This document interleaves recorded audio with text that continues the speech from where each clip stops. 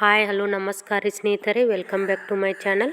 ನಾನಿವತ್ತು ಸಿಂಗಲ್ ಸ್ಟೆಪ್ನಲ್ಲಿ ಸೀರೆಗೆ ಯಾವ ತೆರನಾಗಿ ಕ್ರೋಶಾ ಡಿಸೈನ್ ಹಾಕೋದಂತ ಹೇಳ್ಕೊಡ್ತೀನಿ. ನೋಡೋಣ ಬರ್ರಿ. ಇಲ್ಲಿ 6 ಎಳೆ ದಾರನ ತೊಗೊಂಡಿದ್ದೀನಿ, ಹಾಗೆ 10 ನಂಬರ್ ನೀಡಲ್ನ ತೊಗೊಂಡಿದ್ದೀನಿ. ಹೇಗೆ ಹಾಕೋದಂತ ತೋರಿಸ್ತೀನಿ. ಮೊದಲು ಸೀರೆಗೆ ಒಂದು ನಾಟ್ ಹಾಕಿ ಒಂದು ಚೈನ್ ಹಾಕೋಬೇಕು. ಆಮೇಲೆ ಡಬಲ್ ಕ್ರೋಶಾ ಹಾಕೋಬೇಕು. ಡಬಲ್ ಕ್ರೋಶಾ ಅಂದರೆ ಸೂಜಿ ಮೇಲೆ ಒಂದು ಸಾತಿ ದಾರ ತೊಗೊಂಡು ಸೀರೆ ಒಳಗೆ ಹಾಕಿ ದಾರನ ಎಳ್ಕೊಂಡ್ರೆ 3 ಆಗುತ್ತೆ. 3ರಲ್ಲಿ 2, 2ರಲ್ಲಿ 1 ಮಾಡಿದರೆ ಇದು ಡಬಲ್ ಕ್ರೋಶಾ. ಇದೇ ತೆರನಾಗಿ 4 ಕಂಬಗಳನ್ನು ಹಾಕೋಬೇಕು. ಪ್ರತಿ ಕಂಬಕ್ಕೂ ಡಬಲ್ ಕ್ರೋಶಾನೇ ಹಾಕೋತಾ ಹೋಗಬೇಕು.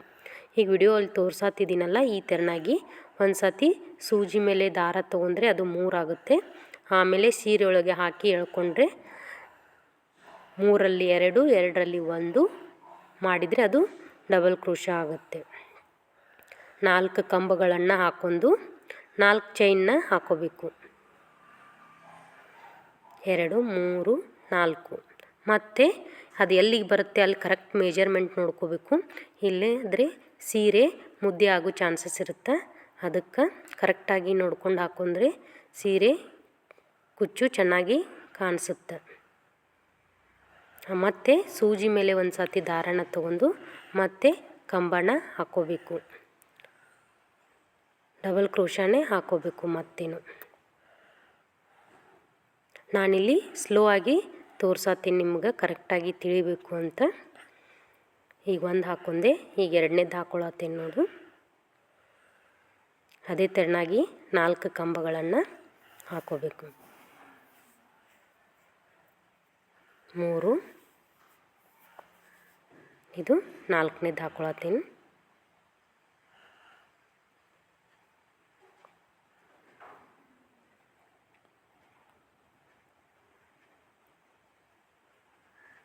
ಇದು 4ನೇದು.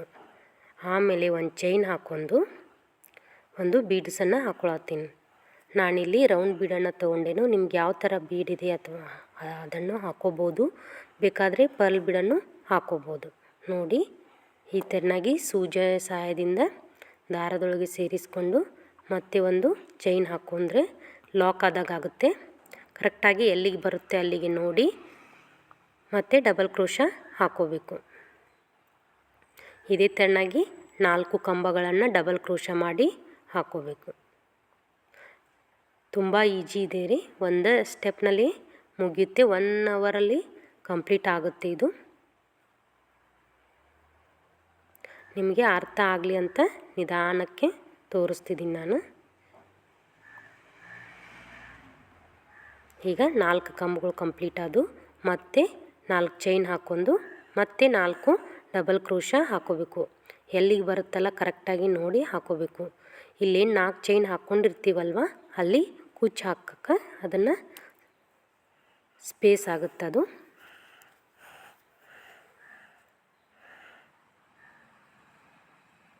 ಮೂರು,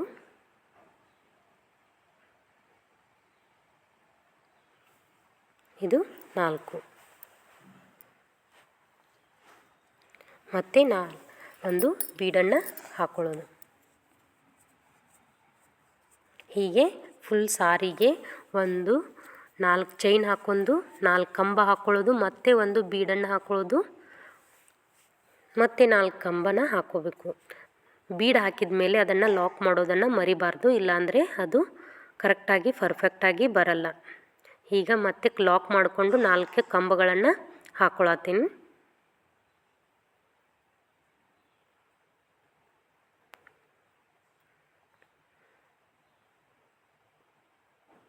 ನಾಲ್ಕು ಕಂಬ ಆದಮೇಲೆ ಮತ್ತೆ ಚೈನ್ ಇದನ್ನೇ ಫುಲ್ ಸಾರಿಗೆ ಕಂಟಿನ್ಯೂ ಮಾಡ್ಕೋತಾ ಹೋಗಬೇಕು. ಪ್ಲೀಸ್ ಯಾರೆಲ್ಲ ನನ್ನ ಚಾನಲ್ನ ಸಬ್ಸ್ಕ್ರೈಬ್ ಮಾಡ್ಕೊಂಡಿಲ್ಲ ಪ್ಲೀಸ್ ಸಬ್ಸ್ಕ್ರೈಬ್ ಮಾಡ್ಕೊಳ್ಳಿ. ಹಾಗೆ ಬೆಲ್ ಐಕಾನ್ನ ಪ್ರೆಸ್ ಮಾಡಿ. ಬೆಲ್ ಐಕಾನ್ ಪ್ರೆಸ್ ಮಾಡೋದ್ರಿಂದ ನಾನು ಹಾಕೋ ಪ್ರತಿಯೊಂದು ವಿಡಿಯೋದು ನೋಟಿಫಿಕೇಷನ್ ಬರುತ್ತೆ. ಹಾಗಾಗಿ ನಿಮಗೆ ಈಸಿ ಆಗುತ್ತೆ. ಮತ್ತು 4 ಕಂಬನ ಹಾಕ್ಕೊಂಡಿದ್ದೀನಿ. ಈಗ ಒಂದು ಚೈನ್ ಹಾಕ್ಕೊಂಡು ಮತ್ತೆ ಒಂದು ಬೀಡನ್ನು ಸೇರಿಸ್ಕೊತಿದ್ದೀನಿ.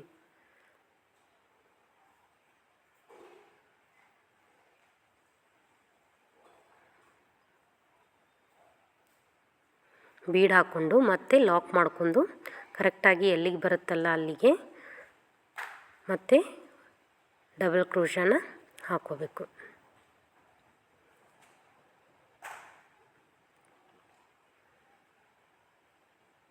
ನಿಮಗೆ ಈ ಡಿಸೈನ್ ಹೆಂಗೆ ಅನಿಸ್ತು ಅಂತ ನನಗೆ ಕಾಮೆಂಟ್ ಬಾಕ್ಸ್ನಲ್ಲಿ ತಿಳಿಸ್ರಿ.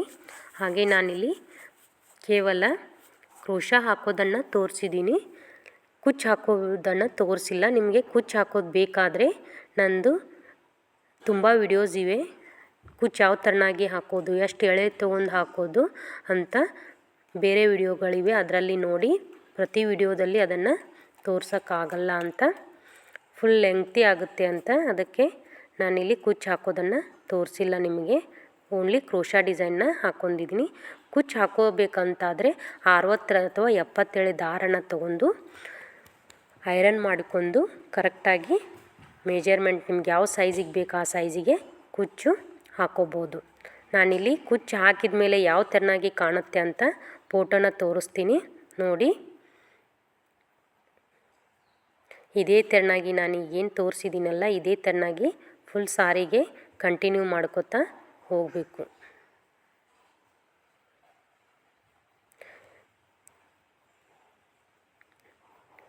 ನೋಡಿ, ಕುಚ್ಚು ಹಾಕಿದ ಮೇಲೆ ಈ ಥರನಾಗಿ ಕಾಣಿಸುತ್ತೆ. ತುಂಬ ಚೆನ್ನಾಗಿ ಬಂದಿದೆ. ಯಾರೆಲ್ಲ ನನ್ನ ವಿಡಿಯೋ ನೋಡಿದ್ದೀರಾ, ನೋಡಬೇಕು ಅಂದ್ಕೊಂಡಿದ್ದೀರಾ, ಎಲ್ಲರಿಗೂ thank you so much. Keep watching. Bye, take care all. Thank you so much.